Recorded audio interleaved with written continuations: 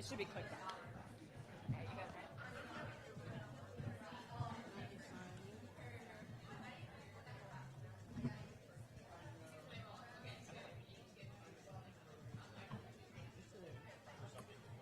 All right.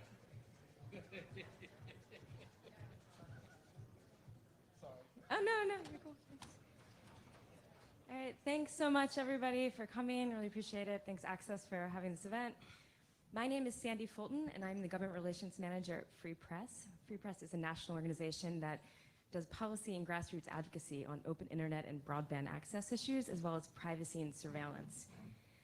Today, we would like to have a discussion around centering race and racial justice organizations in the surveillance debate in the United States. At the moment, we have two very different conversations going on around surveillance. One is very much focused on national security and general issues around bulk collection of data. The other is a very dynamic and quickly growing conversation taking place in communities around the nation discussing on-the-ground surveillance and exposing police abuses. Unfortunately, there seems to be a breakdown between these two conversations that I think is keeping us from building a larger narrative that is necessary for us to successfully push back against a growing surveillance state. Today, we would like to talk about how to bridge that gap, and particularly how organizations in Washington can do to provide resources and support for the organizations and community organizers doing the work on the ground to fight surveillance. Representing Free Press today, which is a white-led organization that strives to be a good ally in this space, I'm very much here to listen to our panelists. So with that, I would like to give them the opportunity to introduce themselves and their organizations. Hi, good afternoon, everybody. My name is Hamid Khan. I'm here from Los Angeles. I'm with a group called the Stop LAPD Spying Coalition.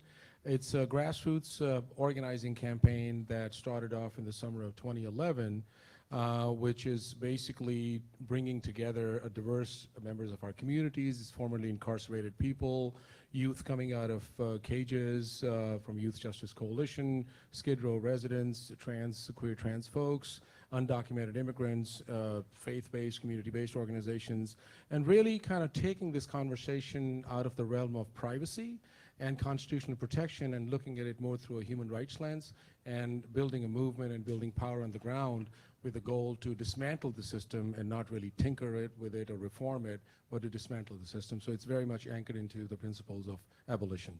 So thank you very much for the opportunity, and I'll talk about my work a little bit more. Thanks, brother. I'm Shahid Buttar. I'm the Director of Grassroots Advocacy at EFF, the Electronic Frontier Foundation. And I guess we'll talk more about the work later.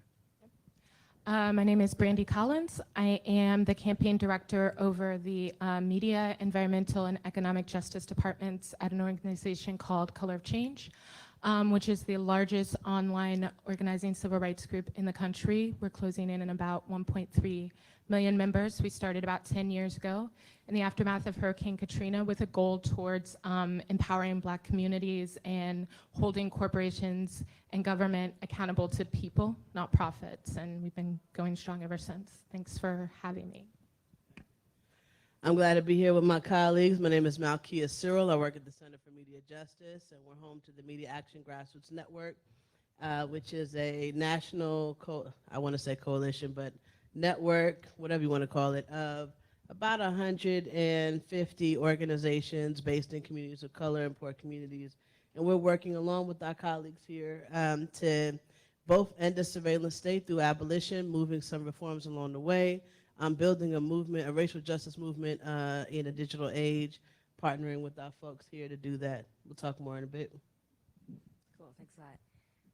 I'd like to start by providing some context for this conversation. I know folks in the room have a general understanding of surveillance issues, but Malkia, I was hoping you would give a bit of an interview about how government surveillance has targeted and impacted communities of color in the U.S. historically. And Hamid, I was hoping you might speak a bit more about the issues you're working on today.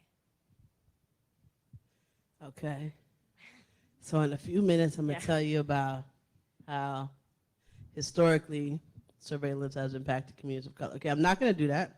But what I will do is, and I'm going to sit up a little bit because I like to be more engaged with the people. Let's do this. Let's think about what racism actually is, right? It's a system, structural, And for the most part, when people talk about it, they like to talk about how it affects people of color. But they don't talk about how it benefits and privileges white people, right? That's a different conversation, one that rarely happens. In the space of surveillance, when we talk about national security, we're thinking about national security has been wrought really on the backs of people of color. Specifically, we're talking about how, coming into, creating that line about who belongs and who doesn't, right? Whose land it is and whose it isn't. That's what national security is all about. And so national security from its inception is a raced concept. So when you think about surveillance, the fact that we even have to center communities of color in a conversation that is fundamentally about race and power, about class and power, we shouldn't have to center poor people or communities of color in a conversation that essentially is about them from the beginning. So that's the first thing I'll say about that history.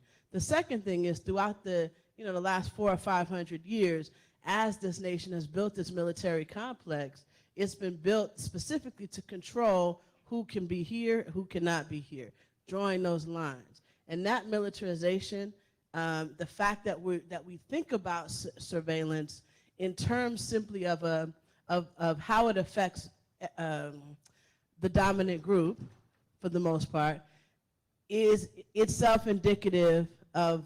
I'm going to back up here because I feel like, I do this so often that all I do is talk in these generalities. Here's what I want to tell you. When I was born, 1974, I was born into the aftermath of the Black Panther Party. My mother was a Black Panther. My father was in the BLA. Surveillance and how it affects communities of color is me growing up never wanting to talk on the phone, right? Because I'm concerned that my phone is getting tapped. It's about the fact that every day those who are not the children of activists are walking around watched in stores, watched by surveillance cameras, watched by them little towers that get put up. I don't know if you're from Brooklyn, but in Brooklyn, they got these big towers. Brooklyn, right? Thank you. You know what I'm talking about, right? So they got them towers that watch you in every community. They've been put up for the last 15, 20 years. Watched everywhere you go, right? And that's and watched for the purposes of control. Watched for the purposes of determining your wage. Watched for the purposes of stealing your labor. Watched.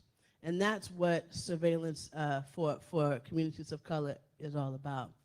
That said, that's not an individual experience. It's a collective experience. And it's an experience that specifically determines, relations of power. So we can get more deeply into that, but I wanted to name 3 things there. 1, we need to look at privilege. We need to not only look at the impact on the oppressed communities. 2, national security is a race concept that's been around for a long time. It's not new. It didn't emerge with the Snowden revelations. And 3, we need to understand that this is a felt and lived experience. It's being lived by communities of color every single day, but is not being discussed in any news outlet. Well, rarely is discussed in any news outlet anywhere. So it's up to us to change that conversation, and we can do that by starting here today.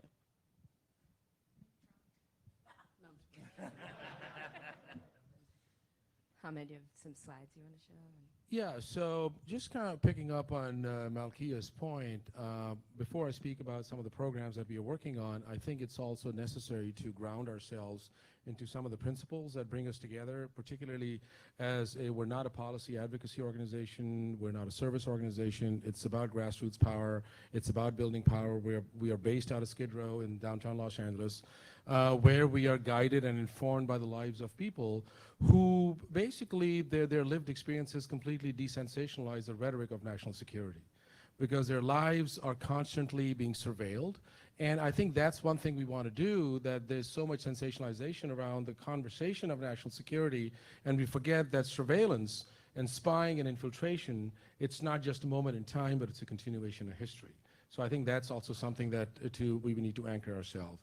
Secondly, we also need to see that there's always the face of the other that is always attached to these programs and policies as well, that how the story gets really picked up, how there's always, just the savage native, the criminal black, the disloyal Asian, the illegal Latino, the terrorist Muslim, 10% of the others in our community as well. So that's what really feeds into the surveillance complex. And thirdly, I think I also want to say that we take it beyond the realm of constitutional policing or constitutional rights and privacy, because it is very much about race, it is very much about human rights. And the fourth point I want to raise is that the templates have always been there. It's nothing new. So I wanted to share something, a little passage from Edward Banfield. Edward Banfield is a mid-20th century political scientist from University of Chicago, and he was the political mentor of James Q. Wilson. If people don't remember James Q. Wilson and George Kellig co-authored that infamous article on broken windows policing in the Atlantic in 1982 that became a seminal article that led to the creation of broken windows policing. So can somebody from the audience read it out loud so people can hear that what was being said in the 1950s, 1960s? Anybody?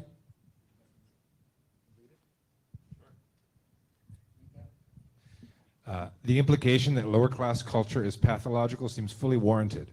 Rather than waste time and public money implementing policies based on the false notion that all men were created equal, better to just face facts and acknowledge the natural deficiencies that exist. Members of the lower classes should leave school in the 9th grade to get a jump on a lifetime of manual labor. The minimum wage should be repealed to encourage employers to create more jobs for low-value labor. The state should give intensive birth control guidance to the incompetent poor, and the police should feel free to crack down on young lower-class men. So the police should feel free to crack down on young lower-class men and women and other members of the community. So this led to the creation of that article that was the guide into broken windows policing. And the reason I wanted to share that when we look at broken windows policing, that has also created a template to where we are when we talk about predictive policing. Let me just go back about maybe another 300 years, and maybe members of the audience may be familiar with the Willie Lynch letters as well. Willie Lynch was a plantation owner in the West Indies who was invited to Virginia and to talk to other plantation owners. And it was interesting that when Willie Lynch was speaking about, and when you read some of those papers, this is what it says, that as he's speaking to other plantation owners in 1712, he's talking about that in order to control the slaves, we need to identify what they look like, what their age is, what the size of the slave is, what the sex is, what the intelligence level is, what the hair looks like, how tall they are. And also we need to look at the size of the plantation where slaves live on the plantation, either on a hill, east, west, north, or south. Now, the reason I share that is that we've been doing a lot of work around predictive policing. And when you start looking at predictive policing, when they do this, what they call a risk terrain mapping, they start looking at the individuals, that who is the community, what are the demographics, what is the location that crime may have happened. So again, lifting these things, that this is not a moment in time, but a continuation of history, that the template has always been there. The template has always been there. These policies have been built through time based upon how people have been policing us and how institutions have developed. So in essence, when I speak about our programs, and this is where, if we can go to the circle, just real quickly. I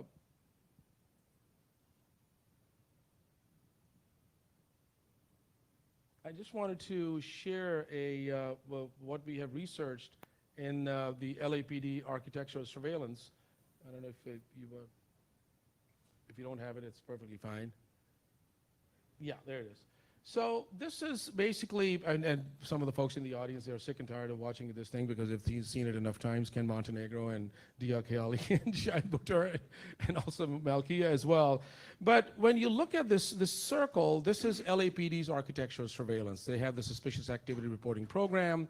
They have the iWatch See Something, Say Something program. They have the intelligence gathering guidelines where they can plant informants in political organizations. They can take on fictitious personas. They have predictive policing. They have the trapwire technology. They have the Stingray technology. They have the digital receiver technology. They have the automatic license plate readers. They have drones. They have high definition cameras. And then we start looking at the militarization of the police, Joint Terrorism Task Force. So I think it's also critical that when we talk about surveillance, we have to look at it intersectionally as well. We talk about in our movement building that movement building needs to be intersectional, but what we are fighting is also very intersectional as well. What is picked up from a suspicious activity reporting program also feeds into predictive policing as well. So for example, I don't know if people heard of this about Ezell Ford's murder in Los Angeles. That happened 2 weeks after Michael Brown was murdered. So when you start looking at these shootings, then you start looking at, okay, well, I mean, what did the cops say? Because the first thing that the police said was that he was engaging in suspicious behavior. He was walking into an alley and he may have a bag of marijuana on him. So now he's engaging in suspicious behavior, so a suspicious activity report training kicks into action. Then LA has already created these predictive policing hot zones, what 14 out of 21 divisions are already deploying people where communities are under siege, where they create these hot zones, so you deploy all this law enforcement. So there's excessive presence of police in the community. The third thing that intersects, which we don't have up there, is gang injunctions and gang databases. So which by itself deems a lot of young people to be suspect to begin with. So why was Ezell Ford stopped in the first place? Because he was considered suspicious. Secondly, the reason why he was stopped because there was too many police and the community was under siege. Thirdly, they keep on saying, well, he was a thug, he was a gang member, and he was not doing anything at the time. So in essence, and I'll stop there, that my suggestion would be, or the work that we do at Stop LAPD Spying Coalition, really look at all these points of entry because they're not mutually exclusive. Because if we talk about Stingray, we also need to look at digital receiver technology. We also need to look at license plate reader. We also need to look at high definition cameras. We also need to look at trapwire technology. When we look at the suspicious activity reporting, predictive policing by itself is informing a lot of these tactics too. So what happens is that an artificial point of contact is being created. And I'll end with one definition of suspicious activity. And none of the lawyers, at least, and I'm not a lawyer, have ever been able to tell me what it really means, because the Director of National Intelligence, when it comes to suspicious activity, they define suspicious activity, and I quote, as observed behavior reasonably indicative of pre-operational planning of terrorist and or criminal activity.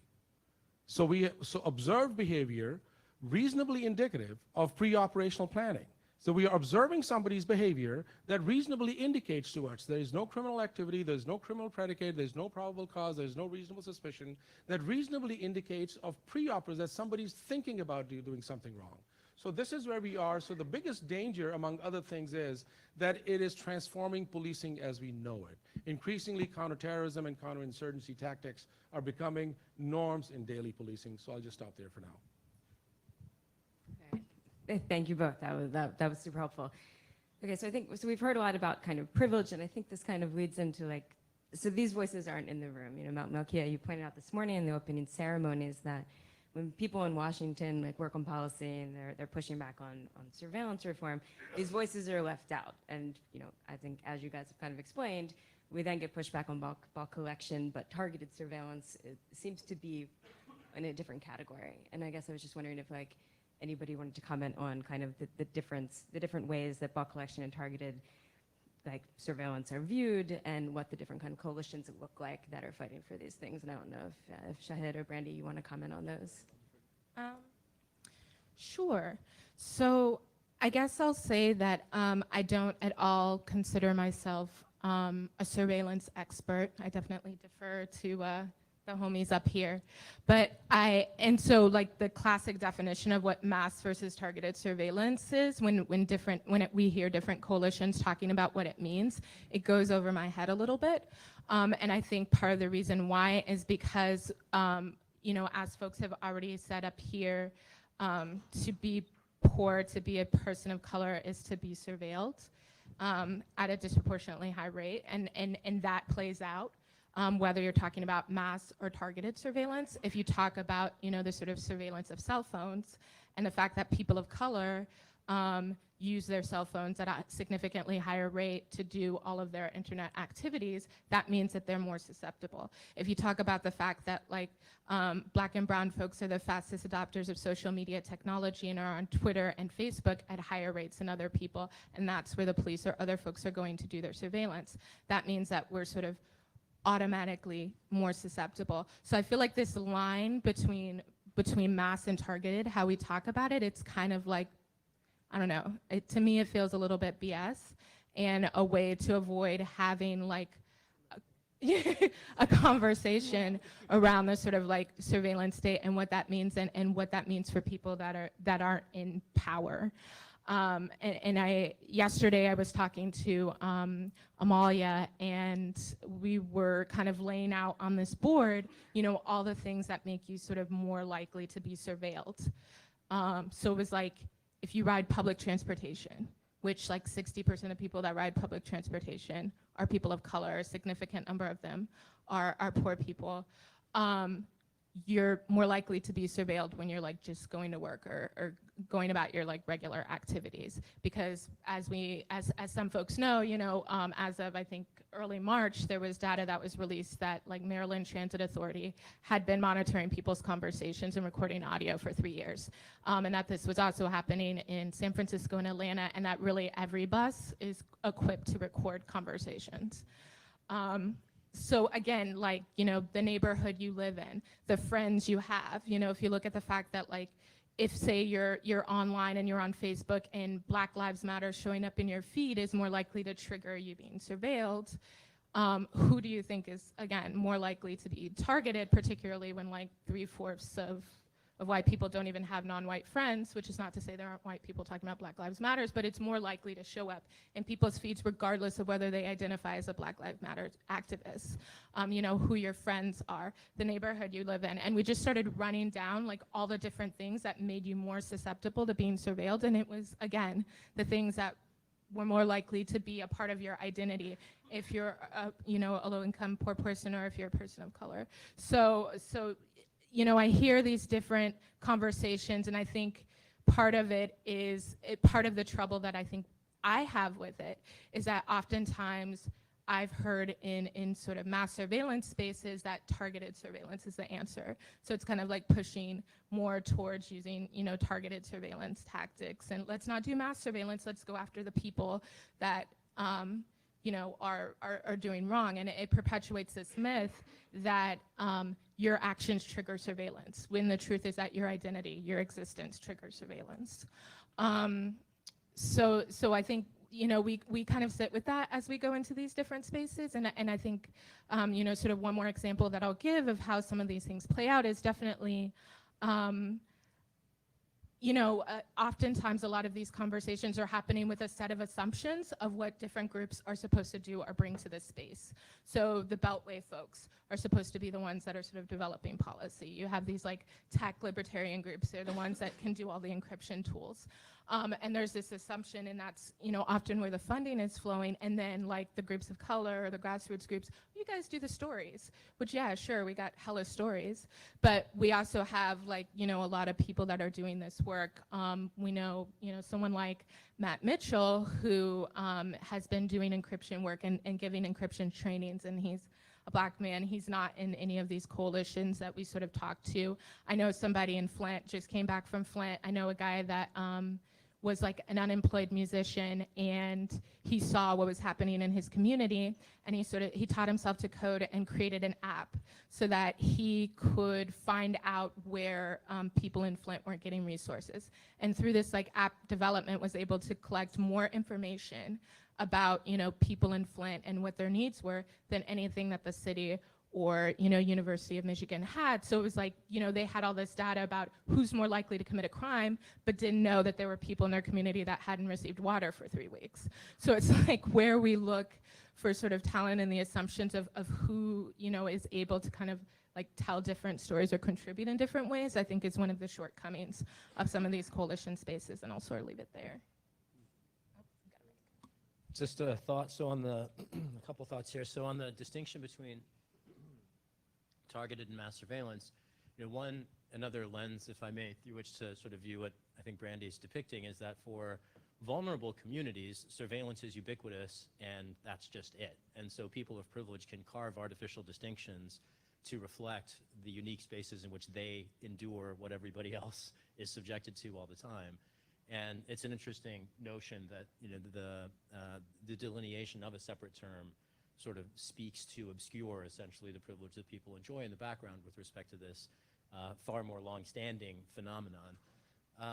So a couple things I want to draw out here. So one, as we're talking about the historical experiences, of vulnerable communities. Hamid had the litany. Can you reprise it? The disloyal Asian, the illegal Latino, it does, drop it. That's profound. The savage native, the criminal black, the illegal Latino, the manipulative and disloyal Asian, and the terrorist Muslim. And so what I want to draw out from that is not only the fact that discrimination has many vectors, but particularly the variety of policy imperatives or objectives that are driving discriminatory policing, right? It's not just public safety, it's not just national security, it's not just xenophobia, it is a combination of all of these things. And you might describe it also, if you were to flip the lens and look at it not from the experience of the communities that are impacted by these abuses, but instead from the lens of a government set of institutions as corruption, right? This is where checks and balances have basically failed us, right? The executive branch has run amok, judicial checks for whatever reason have yet to emerge with the sort of meaningful force we might like to see. Congress has been either asleep at the switch at best or actively complicit in the aggrandizement of the executive at worst. And the reason I want to raise this up is that there is a uniting frame here. We all come from different communities that experience the surveillance state in different ways, right? So for the disloyal Asian, it's literally a different agency than it is for the illegal Latino, right? But it's the same abuse, it's the same constitutional rights that are being derogated of different communities by different agencies pursuing different political objectives, answering to different congressional committees, but on the ground it's the same. And so the corruption in the institutional apparatus can be a uniting frame to bring people together. To get there, and I'll wind up here, I want to, let me jump back. So going back maybe like 20 minutes ago in the discussion, I certainly agree with everything everybody said. Just to introduce some constructive tension with maybe one piece that my hero Malkia dropped, is that in terms of I certainly agree that national security sort of embeds a great deal of racism at the outset that obscures what we're talking about. When we talk about centering race, to the white-led organizations, there's a huge opportunity there, particularly to share a history that people in the United States have simply forgotten. And it wouldn't seem particularly predictable that within the space of whatever 40 years we would forget COINTELPRO, but walk out on the street and drop the word and see how many people understand what you're talking about. I was in a Native American medicine ceremony recently where I was thrilled while sitting in a teepee in the middle of the night to hear an elder from Colorado start talking about her experience as a young organizer in the Chicano American Indian movement about what her community endured. And speaking with her afterward, even in her community, this history, this legacy has been largely lost. And when we talk about privacy, privileged communities think about surveillance as a privacy infringement. To vulnerable communities, surveillance is much worse than that. It's much worse than privacy. We're talking about losing your autonomy, like the loss of freedom of thought, right? Privacy doesn't really strike at that as a word. It has insinuations, but when you use the word casually in discourse, it doesn't connotate connote half of what communities of color actually experience. And so highlighting the lived out consequences, the established history of vulnerable groups can be, I think, a useful public educational tool to remind the rest of us, Congress, particularly, members of the press who, for whatever we might wish, are increasingly marginalized, the public at large. And I think the particular constituencies I'm thinking about here are the ones that are next in line. We've sort of depicted oppression by rotation, right? The disloyal Asian, the illegal Latino, I think I've suppressed in my mind all of the pieces of the litany. But the idea there is that the lens through which the discrimination, the bias, the targeting is inflected shifts according to the political moment, the mandate at a time, the demographics of any local place, but the abuses underlying are the same, and focusing on the history to which vulnerable communities have been uniquely exposed, I think can help the groups that are concerned more about privacy as it relates to the public at large, including privileged communities, what we're actually dealing with here, because it is worse than mass surveillance. It is, I dare say, worse than a great many lenses we might put over it. It's worse than corruption. I mean, we are talking about ultimately the co-optation of our rights by agencies that we are all paying to supposedly keep us safe. I mean, it would be funny were it not so disgusting and disturbing. And I think depicting the elephant rather than the tail or the tusk is the challenge that confronts us as advocates. And in the experiences of vulnerable communities, I think are not just the stories, but also the narratives, the frame of reference through which this all starts to lock into place. And when it locks into place, mass surveillance, targeted surveillance, stingrays, ALPR, suspicious activity reports, aerial drones, whatever vector of surveillance you're being subjected to emerges as functionally equivalent. And I think that's what we need to strive for as a movement. Intersectionality is all about getting out of silos to address shared interests with the combined force of our various bases. And in order to do that, I think it really requires getting out of a privacy frame, privacy being a privilege that a lot of communities have never had, and locating it in the far more fundamental values that are actually at stake. Cool. Yeah, thanks very much. So that was a lot of information. So I was hoping to kind of turn to the audience now to see if anybody has some questions before we kind of move on to trying to figure out how we might actually get different organizations to work together. So, of course.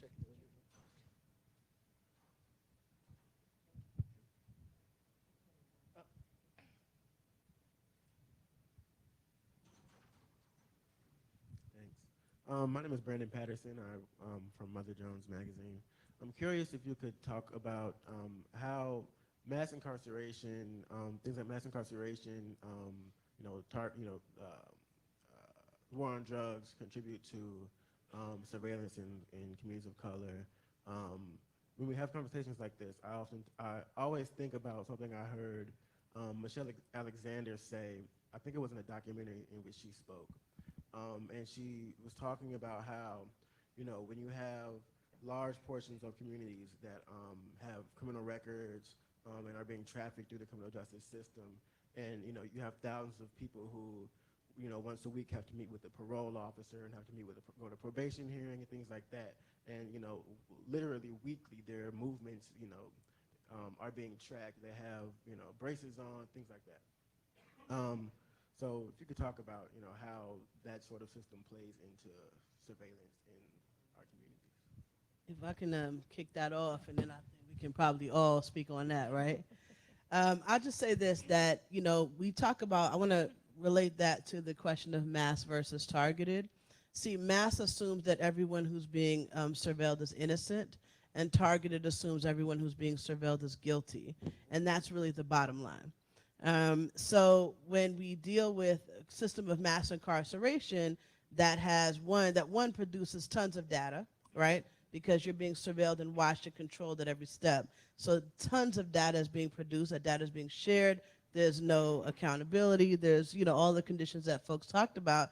I think that what you end up with is two things. One, a massive system of control that has been here since the inception of this country, and certainly in other parts of the world, right? So I think that there's a few things that we need to really understand. One is that the surveillance of black communities, the surveillance of communities of color in general, is mass surveillance. It is the mass surveillance of those communities. And I think that targeted surveillance means that you are targeting in a specific context of a specific operation, criminal operation, right? That's not what we're talking about here for the most part. We're talking about, so all of this is mass surveillance, and I want to just throw the concept of targeted surveillance out. That is not a relevant concept as far as I'm concerned. The second piece is that these systems and institutions that are being built up around this surveillance complex, I mean, that's what mass incarceration is, in fact. So we can hark back to COINTELPRO, but we can hark back even further, right? We can hark back to slavery. We can hark back to a lot of different periods of in history where the system of control was built around where the watching was built around the system of control, and the system of control was built around the watching. So I don't think that there's anything too different today in terms of that power relationship, right? What's different is the material experience, perhaps, but the core power relationship of having a system that watches and then an institution that controls, and that those two things are in relationship to each other. It's pretty consistent. So that's where I'll kick it off and let my folks do that. I would also suggest that we need to broaden the scope of when we speak about mass incarceration, that it shouldn't just be limited to the confines of a structure of brick and mortar type incarceration, that what happens outside the prisons as well. I mean, for example, the concept of tracking and tracing and monitoring whether it's through the ankle bracelet, whether it's through various other means that are used. So that is one piece that we should think about. Then we should also look at the impact of how, I think some statistics I heard, like 1 in every 8 black men and increasingly women are completely disenfranchised because of the histories that have been created. I mean, whether they can vote or not and various other things. And the battle for banning the box has been going on for the longest time. So we need to look at that as this sort of this perpetual state of internment as well. Then we need to look at some of the tools that have been used. So suspicious activity reporting has been very actively used within the prison system as well. So that is also something that keeping an eye on people and just reporting any suspicious activity. Then there's a new program, not new, but fairly new, called the Countering Violent Extremism and Homegrown Radicalization, which primarily started off by targeting Muslim youth. But at the same time, about 5 years ago, the same man, who's out of Los Angeles Police Department, Mike Downing, he also testified in front of Congress that this notion of homegrown radicalization should be applied within the jail system too, particularly about young black men who may be converting to Islam. So that application is there as well. And thirdly, I would say that how this, and the applications of the policing that we are talking about, for example, predictive policing, that how the use of predictive algorithms is expanding very much into sentencing, into parole, into various other facets of the criminal justice system. And so I think this is, when we speak about mass incarceration, we need to really think of that as there's a much larger community that is being impacted by what these things have been built on, and whether it's within the jails or outside the prison system, you are constantly being traced and tracked and monitored, and information being shared on you as well. Yeah, for folks for whom the discussion around mass incarceration might be new, there are millions of people imprisoned for years in a country that calls itself the land of the free. Slavery remains legal under the terms of the 13th Amendment, and there are more people of color in prison today than there were enslaved at the height of slavery. So draw from that whatever conclusions you might choose to. But a point I want to sort of return to that I sort of brushed up against and then dropped before, and it will come back to your question in a second. In addition to, a few minutes ago I was talking about the opportunity for white-led organizations or groups that are concerned about privacy and its penumbras to highlight the history and the lived experience of communities of color. One reason for that is that their experiences presaged all of the programs and the particular abuses to which increasingly the rest of us are subjected. In the context of mass incarceration, are people familiar with the FBI's Next Generation initiative? This is the creation of a biometric database using criminal intake, pre-adjudication criminal intake, as a point at which people are coercively forced to give up biometric identification. The normalization of that program, the creation of a national database applicable to everyone, originally created on whose backs? The criminal Latino, right? This was, at the time, it was ICE peddling a program to supposedly create a data flow to streamline the deportation process. And now we have a biometric database in which everyone's information increasingly is fed in. And so you can see not only historically the root and the further dimensions of the problem that many of us might be grappling with now in a historical time slice, but you can also see the future in terms of what the rest of us can expect if we allow the permanent state of internment that Hamid described to become entrenched and expand as it inevitably will, unless we head it off through the various channels that we have available to us.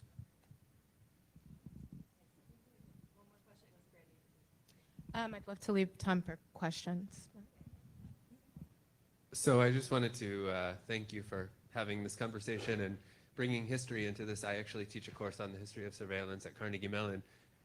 And one thing that I think is really interesting that you're not talking about is the surveillance of Southeast European workers who were considered just as dangerous, if not more, than Asians or Mexicans or blacks or anyone else. The Bureau of Investigation, which becomes the FBI, actually grows and becomes what it is by infiltrating potentially, communist communities, or communities where people could potentially become communist and disrupt the war effort in the economy. So I think if we bring the fact that it hasn't always just been about communities of Latino, Asian, African Americans, that whites were once considered communities of color, certain ethnicities. So I'd really like to remind those of us, who are now considered white, that we weren't always that way, and we were subjected to surveillance. And so that's just a historical point and a thank you. But I have a question. When the Snowden revelations came out, and especially when the FBI was fighting with Apple, there was a small kind of moment where the African-American activist community was linking up with Snowden and others to talk about these issues that you've been laying out today. And I'm curious, within the African-American community or the Latino community, which I don't have much access to other than through popular culture, are there conversations taking place like the one that's taking place here, just in everyday conversation? Or is this something that happens, at a very kind of elite level within each of these communities? And it's a naive question, and I hope it's, taken as just a naive question. It's not naive at all. In fact, I think probably there's a big perception that the conversation about surveillance is happening here. But in reality, the conversation about surveillance is happening on the street every day. We know how to manage the police. We deal with them every single day. So that's one thing. But I was really excited because I got to have that conversation with Snowden at what was that? Anyway, some conference. I can't remember the name of it now. What was it? Anybody remember? The Common Cause. I know, Common Cause Conference. Yeah. Thank you. The Common Cause Conference. I got confused. I'm tired. It was the end of my day. But and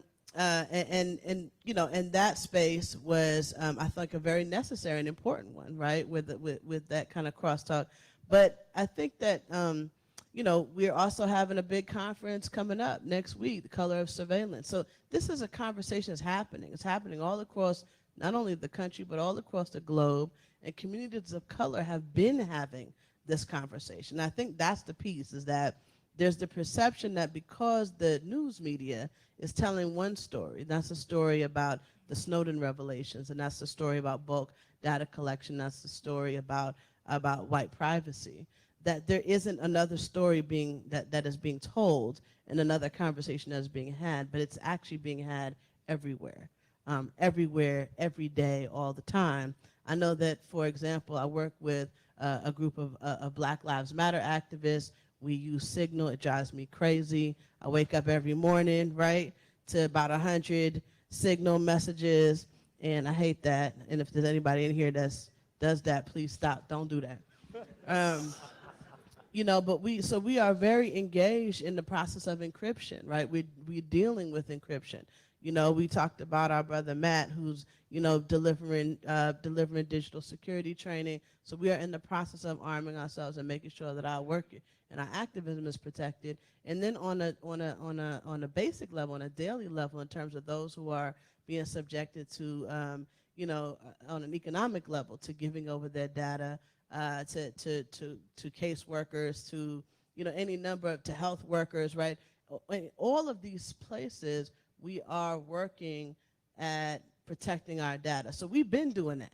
That's what I'm saying. So I think that the thing that what the surveillance the community that is working on the issues that we're talking about here today and that this conference is about, I think one of the things that would be great is not so much I said earlier that we're not in these rooms, but in fact I think one of the things that's important is what rooms are you in, right? What rooms are you in? And that's what we can talk more about.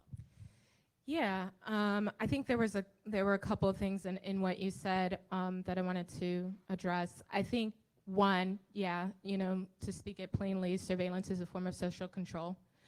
We're talking about in the context of race. At Color of Change, we're actually doing a lot of work, or beginning to do a lot of work as part of our FOIA project with labor activists, because we know that also, surveillance has been historically used, and it talks a lot about it in relation to the sort of Haymarket, riots, of how surveillance has been used as a way to sort of chill movements, including labor movements. So that's definitely something we're thinking about. I think your point earlier is interesting because of the fact that whiteness and blackness in relation as a social construct was sort of, constructed as this means to divide groups. It was, part of this story of surveillance. When you think about Irish indentured servants working with Black folks that were enslaved in a number of rebellions, and how then you saw the movement of indentured servitude out and the racialization of slavery as an explicit means to be able to sort of track people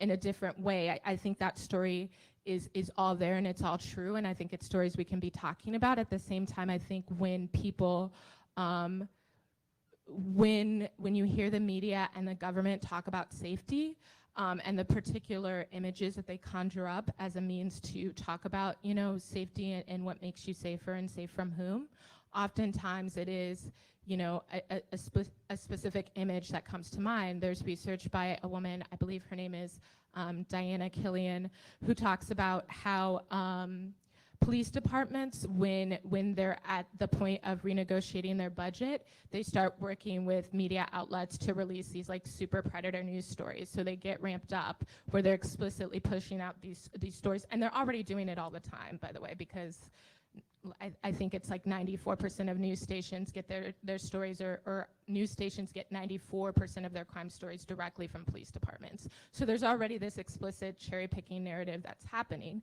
But explicitly, when it comes time to get that surveillance equipment, to get that higher budget, to get all of that stuff that they're then using on our communities, the stories that they're pushing out are really explicitly about, these tropes that were already mentioned. So I think we continue to have this conversation around surveillance and how the different pieces of your identity make that up. But I think oftentimes, particularly in certain spaces, when we have this conversation, we are in fact, left out or used as one example, but not invited to the table to negotiate these different policies that impact our communities disproportionately.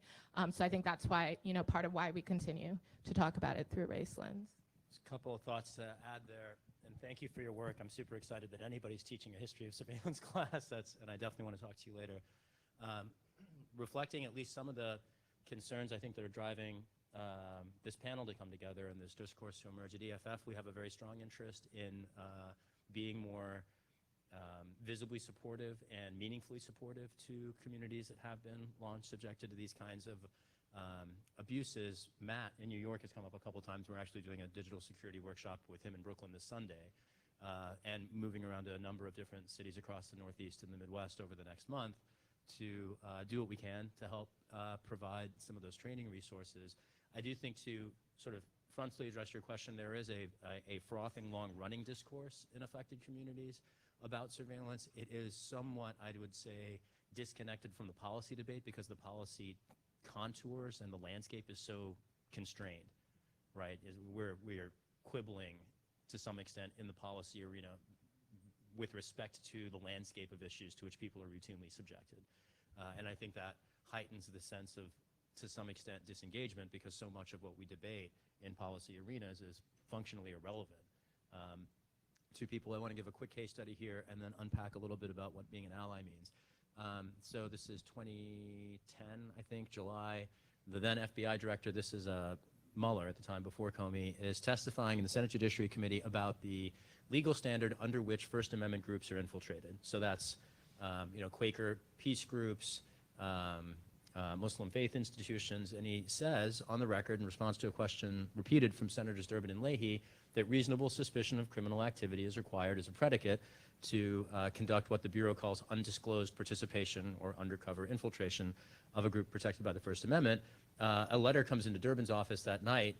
It's from the FBI saying, oops, just kidding. Upon reviewing the transcript, we realized the director misspoke. In fact, any proper purpose is sufficient, and reasonable suspicion of a criminal offense might be a proper purpose, but there could be any number of others. And what's striking about that is when you claim a purpose as a justification for a set of activities, there's no requirement to tailor the means to the end, right? So what they were essentially saying, and went into the Senate, was we reserve the right to infiltrate any group for whatever reason, whatever purpose we wish, as long as we attribute it somehow to whatever set of, whether it's national security, drug enforcement, public safety, pick your poison, right?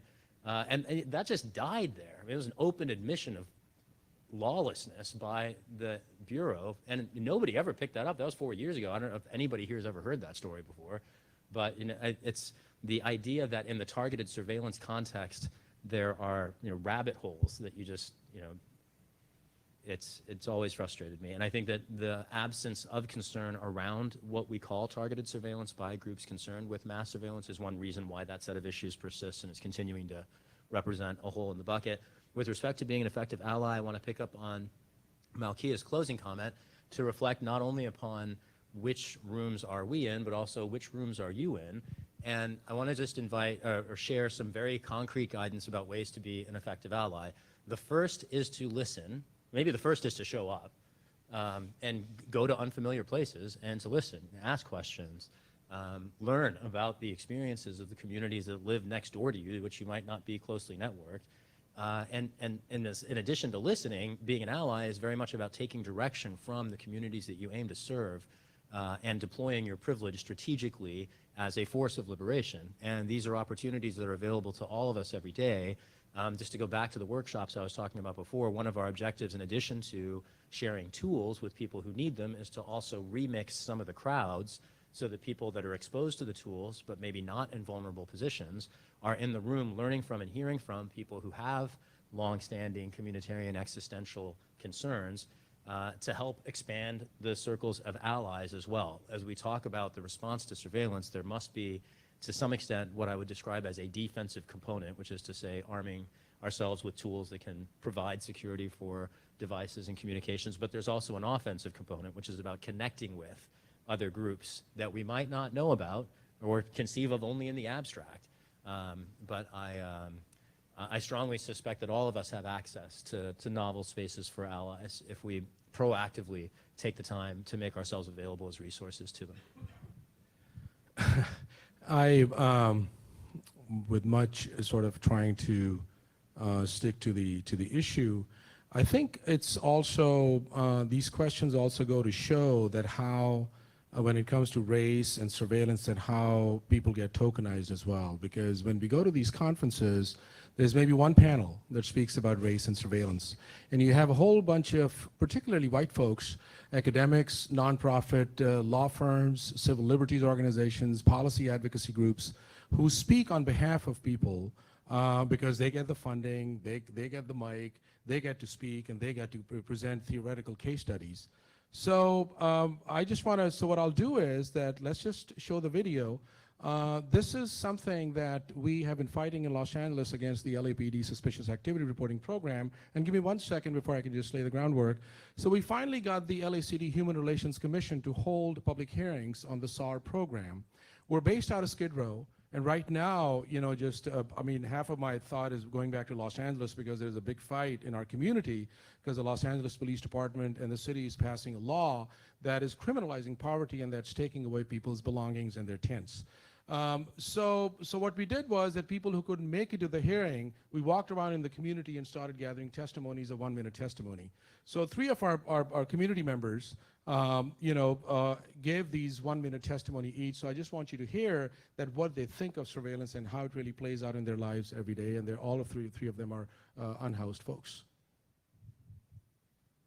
My name is Carolyn Stewart, and my main concern is the fact that we know all the surveillance is going on. We know that the EBT phones were given to us free for a purpose.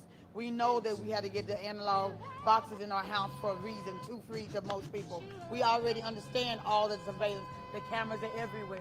We understand all that. My problem is that people are dying in the streets down here. People are sick. These ambulances are running. I was at the Weingart Center for 8 to 9 months. People are dying in these streets.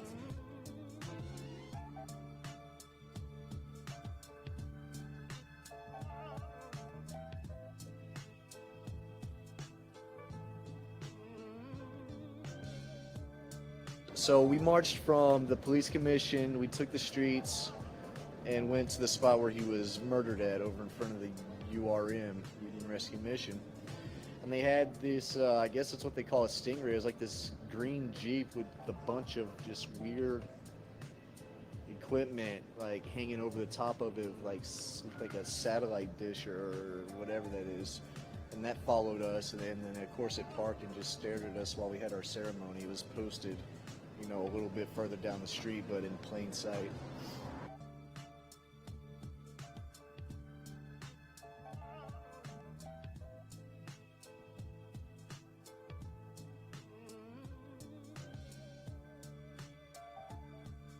memorial service and march for Charlie Africa, who was killed by LAPD last year on March 1st.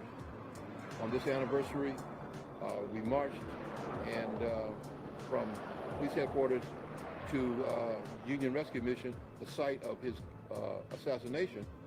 And we were, of course, followed by LAPD, constantly being filmed by them. And the surveillance is really an intimidation tactic used constantly on a daily basis. They come through, they watch the people on Skid Row. If they walk away for half an hour or an hour to go take care of some bodily functions or go to an appointment or go get something to eat, having surveilled them, they'll then rush in and grab their property, claiming that it's been abandoned. This is a smash and grab technique of LAPD. So I think this last point really drives the point home about desensationalizing the rhetoric of surveillance, because it's 24 hours, it's every day, all day. And this whole smash and grab about people just leaving their tent, going for bodily function or getting something to eat, and they come and they grab all their belongings and they're trashed. So I just wanted to share this video because I think this drives the point home that how pervasive, and it's not just about mass surveillance, it's just a lived experience. And when we talk about privacy, it's not just about privacy because you're constantly being a target. So that was just something like that. Yeah, thank you for sharing that. I think we're about at time. I think that's a really powerful video to go out on. I know we could probably ask questions for hours here, and I certainly hope that people make connections here. I kind of particularly want to encourage people to talk to Hamid about what he's doing here with LAPD Spying Coalition.